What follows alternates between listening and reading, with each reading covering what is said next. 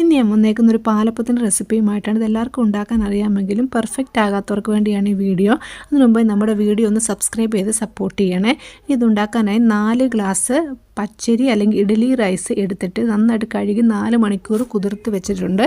ഇനി ഇതിലേക്ക് ഞാൻ 2 ഗ്ലാസ് ചോറും 2 ഗ്ലാസ് തേങ്ങയുമാണ് ചേർക്കുന്നത്.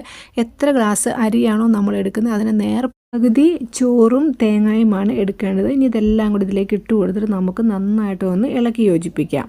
ഇനി എല്ലാം കൂടി ഇളക്കിയിട്ട് ട്രൈ ചെയ്യുമ്പോഴാണ് എനിക്ക് നല്ല പെർഫെക്റ്റ് പാലപ്പം കിട്ടുന്നത്. നമുക്കിതെല്ലാം നന്നായിട്ടൊന്ന് ഇളക്കി എല്ലാ ഭാഗത്തേക്കും ഒന്ന് ഒരുമിച്ചാകുന്ന രീതിയിലൊന്ന് ആക്കിയെടുക്കാം. ഇപ്പോൾ എല്ലാം തന്നെ മിക്സ് ആക്കി എടുത്തിട്ട് നമുക്കിതിൻ്റെ ഒരു മിക്സിയുടെ ജാറിലേക്കൊന്ന് ഇട്ട് കൊടുക്കാം. ഞാനൊരു 2 ആയിട്ടാണ് ഇത് അരയ്ക്കുന്നത്. അപ്പോൾ ആദ്യത്തെ ഭാഗം ഇട്ട ശേഷം അതിലേക്ക് ഒരു 2 ഗ്ലാസ് വെള്ളവും കൂടി ഒന്ന് ഒഴിക്കുന്നുണ്ട്. 4 ഗ്ലാസ് അരിക്ക് 4 ഗ്ലാസ് വെള്ളം എന്താണ് കണക്ക്. അപ്പോൾ ആദ്യത്തിനകത്ത് 2 ഗ്ലാസ് വെള്ളം ഇപ്പോൾ ചേർത്ത് കൊടുക്കുന്നു.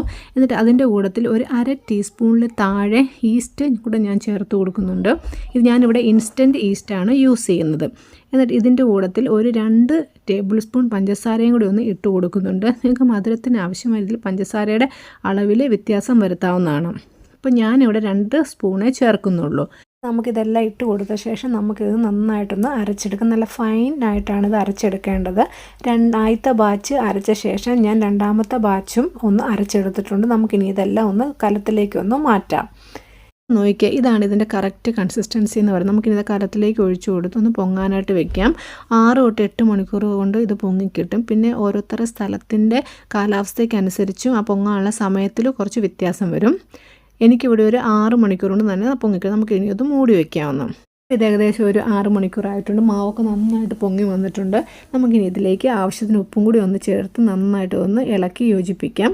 ഒത്തിരി അങ്ങോട്ട് ഇളക്കേണ്ട ആവശ്യമില്ല. എന്നിട്ട് പാലപ്പച്ചട്ടി അടുപ്പിൽ വെച്ച് ഒന്ന് ചൂടായ ശേഷം നമുക്കതിലേക്ക് വലുപ്പത്തിന് ആവശ്യമായ മാവ് ഒഴിച്ചു കൊടുക്കാം. ഞാനിവിടെ ഏകദേശം ഒരു 1.25 തവി മാവാണ് ഒഴിച്ചു കൊടുക്കുന്നത്. എന്നിട്ട് ഇതൊന്നും നമുക്ക് ചുറ്റിച്ചു കൊടുക്കാം. പാലപ്പച്ചട്ടി നന്നായിട്ട് ചൂടായ ശേഷം മാത്രം ഇത് ഒഴിക്കാനായിട്ട് ശ്രദ്ധിക്കുക. ഇതൊഴിച്ച ശേഷം ആ കുമിളകൾ വരുന്നവരെ ഒന്ന് വെയിറ്റ് ചെയ്യുക. എന്നിട്ട് നമുക്കിത് മൂടി വെച്ചൊന്ന് വേവിക്കുക. അതിനുശേഷം തീ ഒന്ന് കുറച്ച് വെച്ച് ഒരു 2-3 മിനിറ്റ് കഴിഞ്ഞാൽ നമുക്ക് നല്ല അടിപൊളി പാലപ്പത്തിന് റെഡിയാക്കാം. ചിലർക്ക് നന്നായിട്ട് മൊരിയുന്നതാണ് ഇഷ്ടം, ചിലർക്ക് അധികം മൊരിയുന്ന ഇഷ്ടം. അപ്പോൾ ഓരോരുത്തർ ഇഷ്ടത്തിനനുസരിച്ച് മൊരിച്ചെടുത്താൽ നമ്മളുടെ അടിപൊളി ടേസ്റ്റിലുള്ള പാലപ്പം ഇവിടെ റെഡി ആയിട്ടുണ്ട്. ഇത് പെർഫെക്റ്റ് ആയിട്ട് വരും. എല്ലാവരും ട്രൈ